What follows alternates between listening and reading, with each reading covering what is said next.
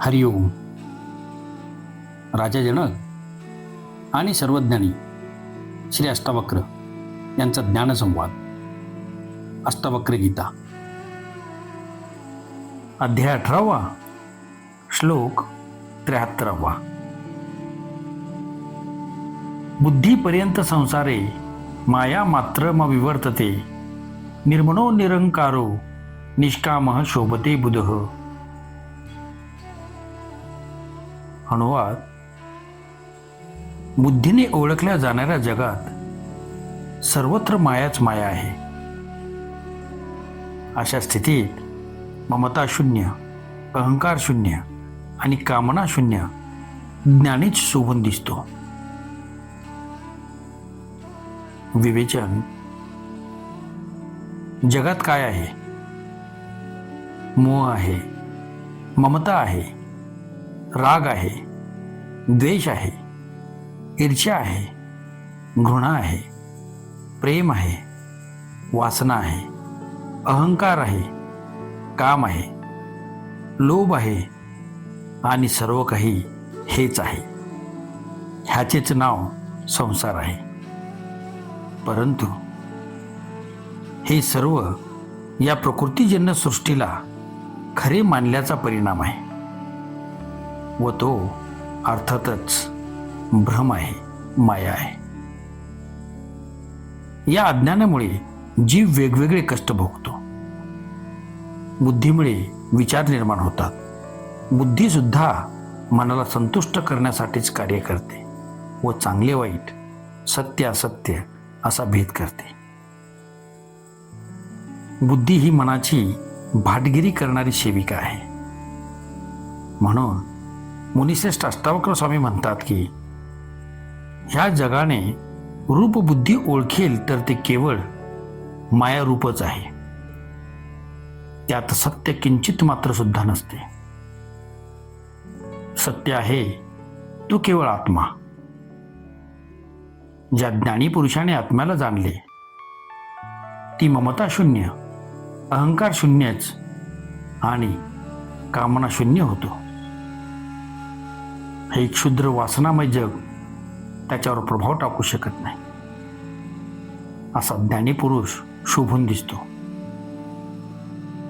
अज्ञानी या प्रकृतीजन्य सृष्टीतील क्षुद्र ममता, अहंकार व वासना यातच जगतो.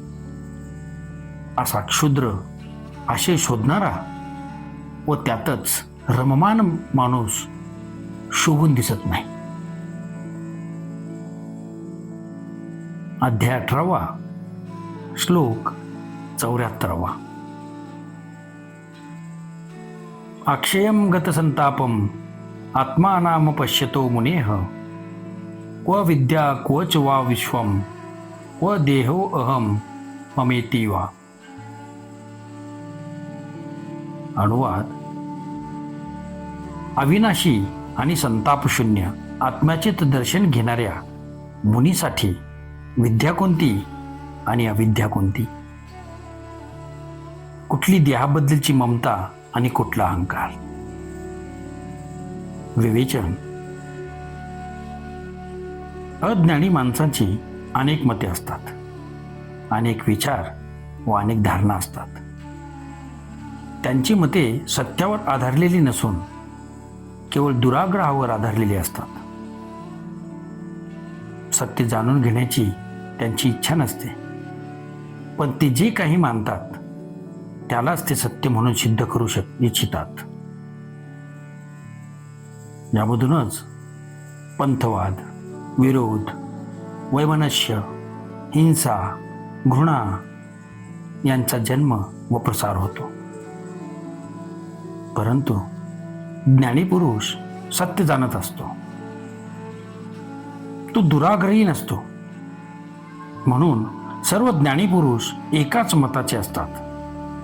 हिंदू, मुस्लिम, ख्रिश्चन असे भेद त्यांच्यात नसतात. ज्ञानी माणसांचे सांगणे असते की परमात्मा तुमच्याशिवाय भिन्न नाही, राज्य करीत नाही. परमात्मा मंदिरात नाही व मशिदीत नाही, तो स्वर्गात नाही, चर्चमध्ये नाही, तो तुमच्या बाहेर नाहीच म्हणून शोधल्याने सापडणार नाही. तो काही असा एखादा पदार्थ नाही किंवा जो डोळ्यांना दिसेल.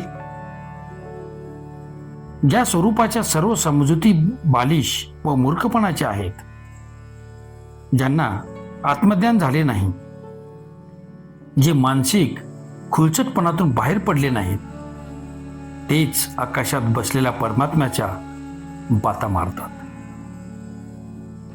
परंतु ज्यांना आत्मानुभूती झाली आहे, ते सांगतात की परमात्मा हा ऊर्जेचा, शक्तीचा समुद्र आहे. संपूर्ण सृष्टी या ऊर्जेची अभिव्यक्ती आहे. सर्व काही या ऊर्जेचा खेळ आहे. शरीरातील आत्मा व परमात्मा या दोन्ही गोष्टी एकाच ऊर्जेच्या आहेत. त्यापेक्षा वेगळा कोणी ईश्वर नाही. ज्या ज्ञानी पुरुषाने ह्या संतापशून्य अविनाशी आत्म्याला ओळखले, त्यांनी सर्व काही जाणले आहे. त्याच्यासाठी मग विद्या, अविद्या, ज्ञान व संसार, देह व ममता या सर्व गोष्टी निरर्थक आहेत. या सर्व बाबी अज्ञानातून पैदा झाल्या आहेत व अज्ञानी माणसावरच त्यांचा प्रभाव पडतो. ज्ञानी केवळ आत्म्यालाच जाणणारा असतो व त्यामुळे ही अज्ञानातून निर्माण झालेली भ्रांती नाहीशी होते. अध्याय 18 श्लोक 75.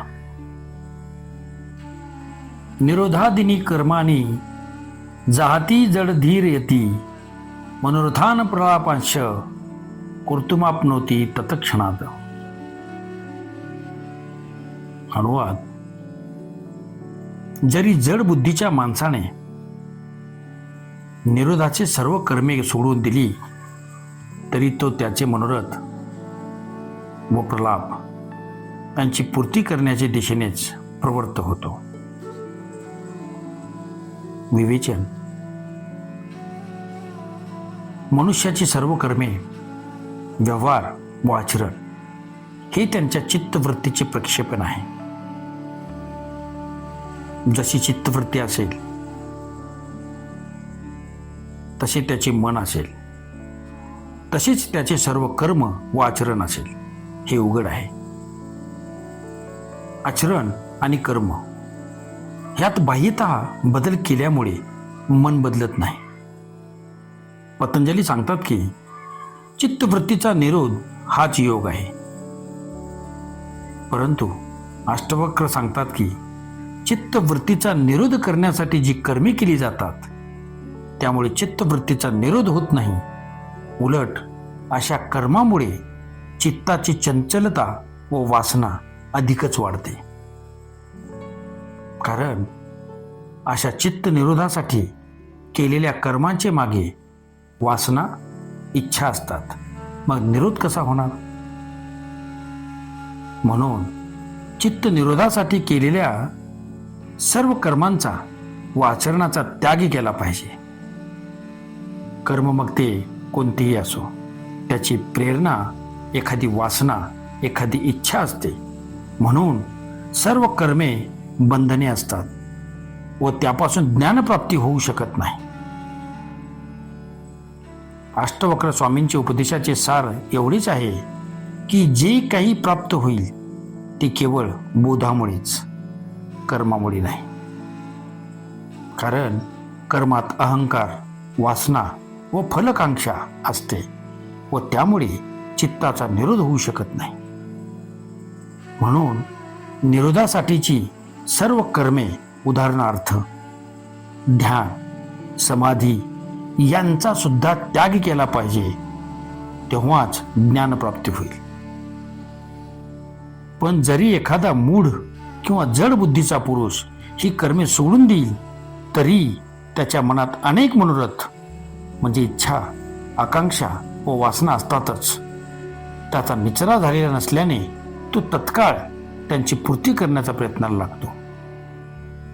याचे सार एवढेच की चित्ताच्या पूर्ण शांत अवस्थेतच ज्ञानप्राप्ती होणे शक्य आहे. निरोधासाठी कृत्रिम उपाययोजना करून ज्ञानप्राप्तीची शक्यता नाही. कारण ती कर्मे त्यागाच्या हेतूने नव्हे तर उद्देशाच्या हेतूने केलेली असतात. आचरण वा कर्मे सोडणे सुद्धा महत्त्वाचे नाही. कारण महत्त्व आहे ते मूढपणा सोडण्याला, अज्ञान व भ्रम सोडण्याला. ओम शांती शांती शांती.